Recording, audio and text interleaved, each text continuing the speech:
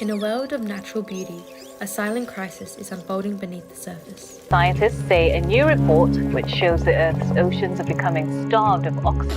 A man-made phenomenon is threatening marine life in the largest dead zone ever.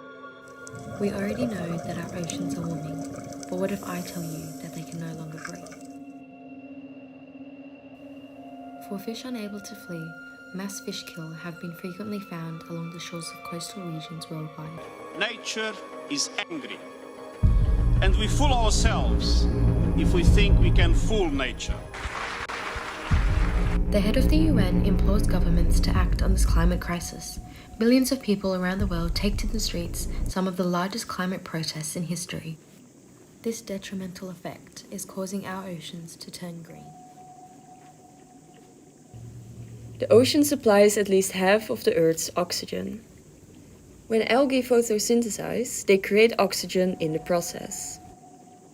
But in polluted water, algae can grow out of control, sometimes releasing sea snot, which forms a thick, slimy layer on the surface. Algal blooms provide food, attracting more fish. And wherever there is a crowd, there is waste. This is decomposed by bacteria at the bottom, a process which uses up a lot of oxygen. To make things worse, the algae eventually dies too, adding even more waste for the bacteria to decompose. This severely reduces oxygen levels in the water, creating desert-like dead zones. Professor of Marine Botany, Thomas Winberg, gives us insight on his research and findings of dead zones worldwide. Ocean dead zones are areas of the seafloor where the oxygen levels are really low, so generally less than 2 milligrams of dissolved oxygen per liter.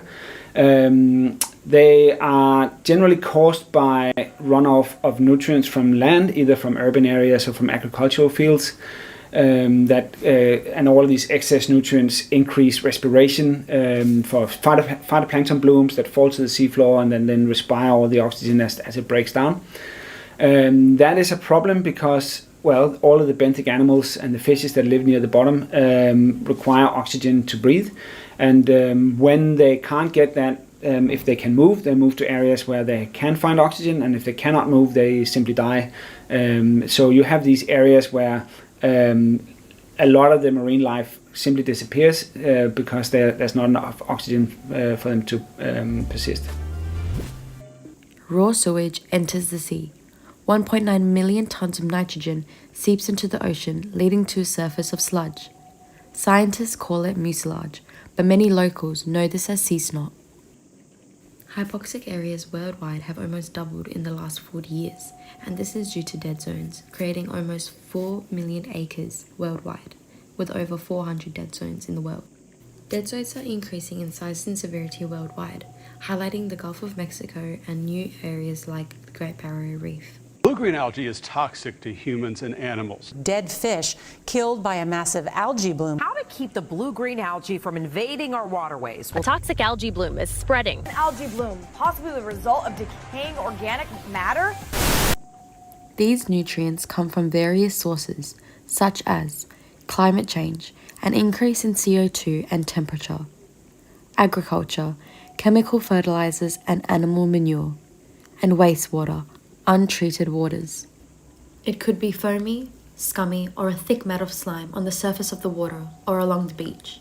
Toxic algae blooms come from the nutrients moving downstream, killing marine biodiversity, coming from farms, lawn, pet waste, city streets, faulty septic systems, and sewage plants. NASA's research has found that ocean warming has increased by 345 zetajoules since 1955.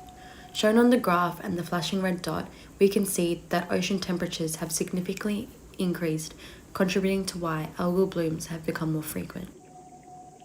The more greenhouse gases in the atmosphere, the more heat gets trapped, strengthening the greenhouse effect and increasing the Earth's temperature. Human activities like the burning of fossil fuels have increased the amount of CO2 in the atmosphere by more than a third since the Industrial Revolution.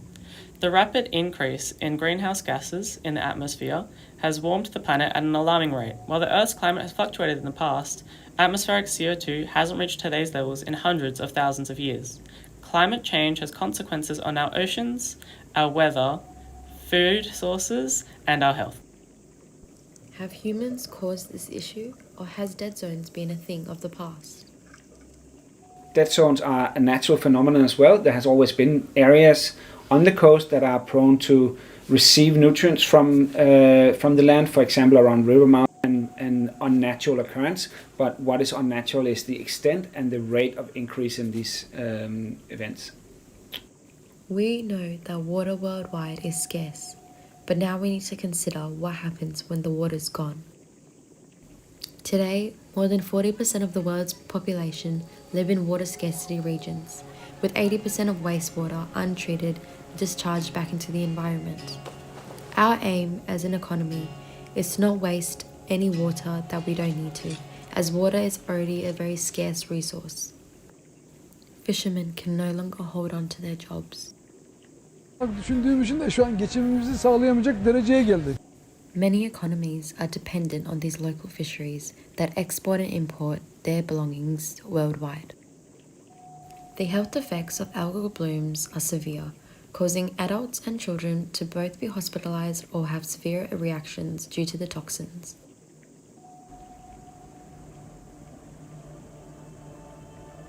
Talking with us today is PhD student Harry Burks, giving an insight on his findings and research to do with dead zones in the Gulf of Mexico. Dead zones have both local and global implications. Locally, they can devastate ecosystems and economies dependent on coastal waters, but their effects are not confined to their immediate areas.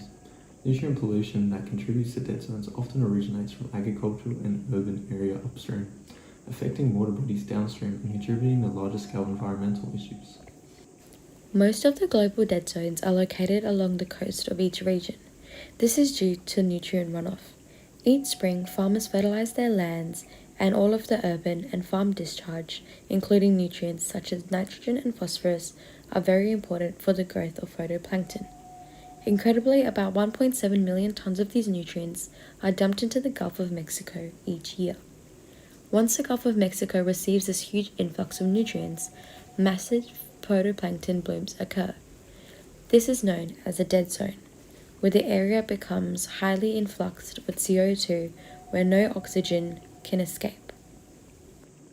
Harry and his team of associates have been studying dead zones in the Gulf of Mexico, diving beneath the water, looking for areas of new life, taking it back to the lab and taking samples to see why new growth occurs and how to stop it. The Great Barrier Reef is one of Australia's main tourist attractions, a life of colour and wonder under the water. It is now being targeted to one of these dead zones. If you can't breathe, nothing else matters. And fish and shellfish and all these animals that we really value depend on oxygen in the water, just like we depend on oxygen in the air. So if these dead zones are such a big problem, why aren't scientists trying to find the solution? I think that is a really interesting question. It is expensive. That's one reason. It is. It takes a long time from you start implementing any measures against it to you see the effects.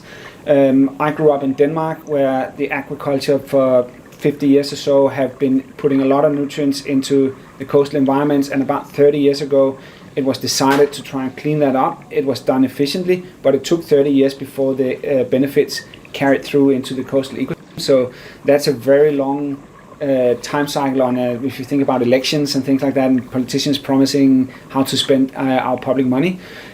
So I think that is one of the reasons. Also, maybe in some places like Denmark, where I'm from, for example, the main driver of this has been agriculture, and agriculture traditionally has been seen as the foundation of a lot of communities in Europe and things. So they've been sort of shielded a bit from some of the things that would otherwise make agriculture expensive, and consumers also want to pay almost nothing for meat, grain, whatever, and I think that's why. Since our scientists don't advocate for dead zones, do you think our public knows what they are? So what comes to mind when you hear ocean dead zone? Nothing really. Maybe the place where no fish live, and generally life is spare, I guess. Yeah, I'd say the same thing. Lack of biodiversity or just biomass in general. There's just nothing really living there. Anything like brown, like dead coral or like sand, just murky water. Absolutely no idea. Maybe like where all the rubbish collects up or something. Yeah, pollution, but I don't really know much to be honest. But Probably like dead fish, dead zones in the ocean. Yeah. Sort of emptiness. Yeah, pollution or something to do with that. Most of us don't know what these dead zones are, but what can we do to help? Dead zones are an old and devastating topic, not talked about enough. This issue affects our economy, our health, and our future. But what can we do to help? So the things we can do are pretty simple. From our own home, we can utilize slow-release fertilizers in our garden when necessary, plant native plants, and reduce your excess runoff around the house. We should all aim to reduce wrongful disposal of household chemicals and support sustainable agricultural practices. We want you to spread awareness of this topic and advocate for a change. The oceans are a beautiful place, blooming with life and providing us with benefits that we depend on in our daily lives. However, threats are looming at the horizon, and if we fail to act, dead zones will continue to spread.